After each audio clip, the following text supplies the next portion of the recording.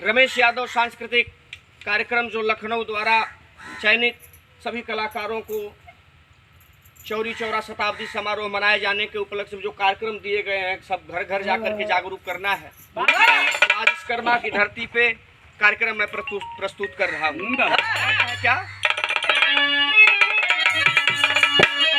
शहीदों की कायम कहानी, अरे शहीदों की कायम कहानी